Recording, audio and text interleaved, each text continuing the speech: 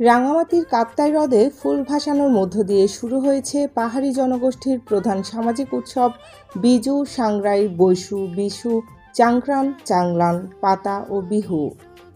পুরাতন বর্ষ বিদায় ও নতুন বর্ষবরণকে কেন্দ্র করে আজ 12 এপ্রিল রবিবার ঐতিহ্যবাহী পোশাকে সজ্জিত হয়ে ফুল ভাসানোর উৎসবে অংশ নেন পাহাড়ি সম্প্রদায়। রাঙামাটি রাজবাড়ী ঘাটে বৈশাখী উদযাপন কমিটির উদ্যোগে নদীতে ফুল ভাসিয়েছে তরুণ তরুণীরা।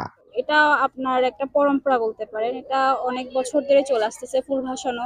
মূলত হচ্ছে আপনার এটা একটা ওই বলা হয় না যে দেবতাকে উৎসর্গ করে মানে উৎসর্গ করে ফুলটা ভাসানো হয় আর কি মূলত। আর এটা প্রতি আজকে ফুল বিচুটা হচ্ছে আমাদের পুরনো বছর গ্লানি, মানে সব যেন ধুয়ে মুছে যাক। মা গঙ্গার কাছে সবাই যেন শান্তিতে, মা গঙ্গা যেভাবে নিরাপদে থাকেন, মানে একদম শান্তি করে, মানে সবার এটাই প্রার্থনা আর কি, সবাই যেন।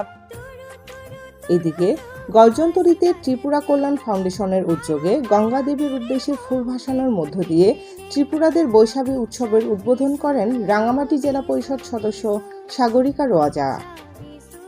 পাহাড়ের এই সামাজিক উৎসবকে বিভিন্ন সম্প্রদায়ের লোকজন ভিন্ন ভিন্নভাবে পালন করে থাকে।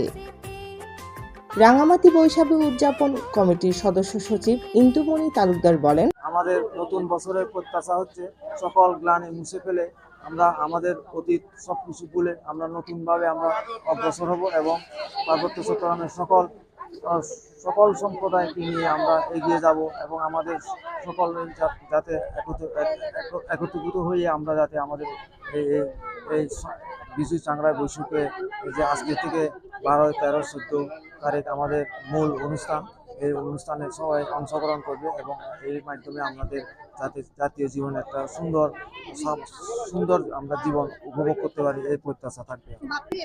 বৈশাখী উৎসব উপলক্ষে কাপ্তাই হ্রদে গঙ্গা দেবীর উদ্দেশ্যে ফুল ভাসিয়ে পুরাতন বছরের গ্লানি ভুলে ভবিষ্যতে সুন্দর জীবনের প্রত্যাশায় প্রার্থনা করা হয়। নিউজ ডেস্ক, বাংলাদেশ বেতার, রাঙামাটি।